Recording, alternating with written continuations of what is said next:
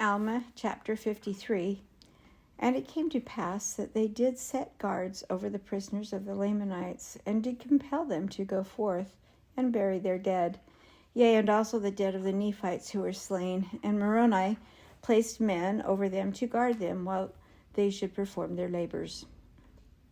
And Moroni went to the city of Mulek with Lehi, and took command of the city, and gave it unto Lehi.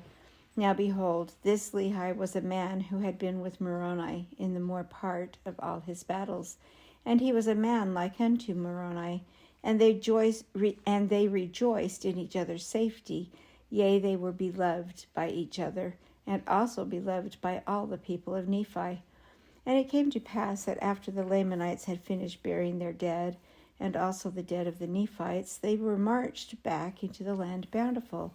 And Teancum, by the orders of Moroni, caused that they should commence laboring in digging a ditch round about the land, or the city bountiful. And he caused that they should build a breastwork of timbers upon the inner bank of the ditch. And they cast up dirt out of the ditch against the breastwork of timbers. And thus they did cause the Lamanites to labor, until they had encircled the city of Bountiful round about with a strong wall of timbers and earth, to an exceeding height. And this city became an exceeding stronghold ever after. And in this city they did guard the prisoners of the Lamanites, yea, even within a wall which they had caused them to build with their own hands.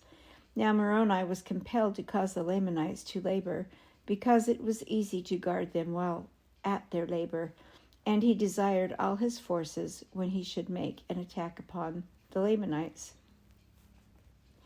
And it came to pass that Moroni had thus gained a victory over one of the greatest of the armies of the Lamanites, and had obtained possession of the city of Mulek, which was one of the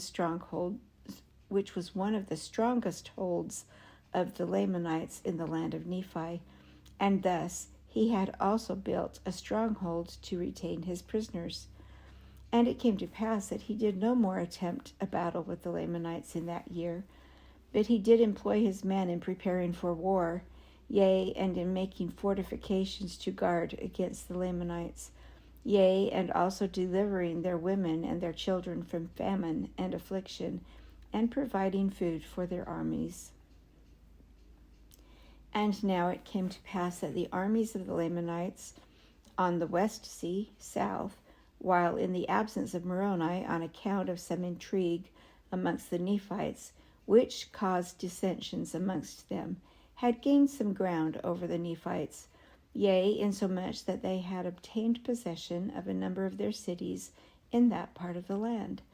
And thus, because of iniquity amongst themselves, yea, because of dissensions and intrigue among themselves, they were placed in the most dangerous circumstances. And now, behold, I have somewhat to say concerning the people of Ammon, who in the beginning were Lamanites, but by Ammon and his brethren, or rather by the power and word of God, they had been converted unto the Lord, and they had been brought down into the land of Zarahemla, and had ever since been protected by the Nephites. And because of their oath, they had been kept from taking up arms against their brethren. For they had taken an oath that they never would shed blood more, and according to their oath they would have perished.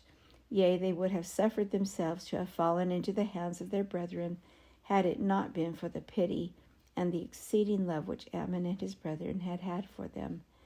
And for this cause they were brought down into the land of Zarahemla, and they ever had been protected by the Nephites.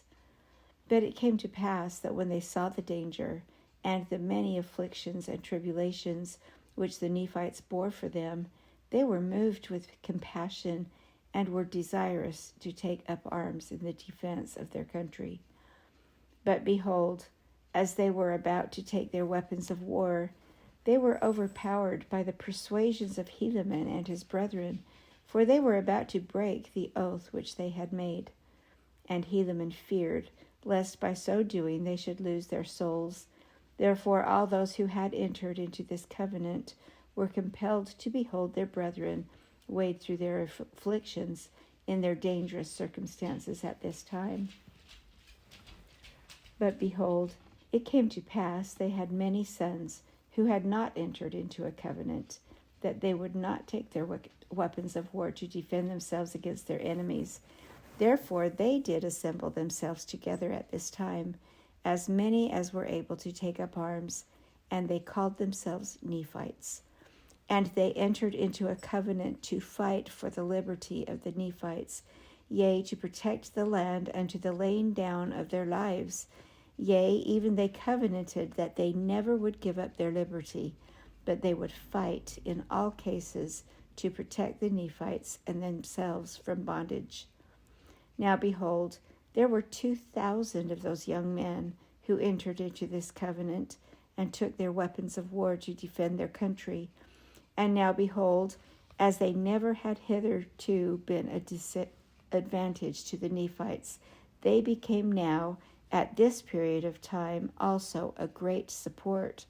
For they took their weapons of war, and they would that Helaman should be their leader. And they were all young men, and they were exceedingly valiant for courage, and also for strength and activity. But behold, this was not all. They were men who were true at all times, in whatsoever things they were entrusted. Yea, they were men of truth and soberness, for they had been taught to keep the commandments of God, and to walk uprightly before him. And now it came to pass that Helaman did march at the head of his 2,000 stripling soldiers to the support of the people in the borders of the land on the south by the west sea. And thus ended the 28th year of the reign of the judges over the people of Nephi.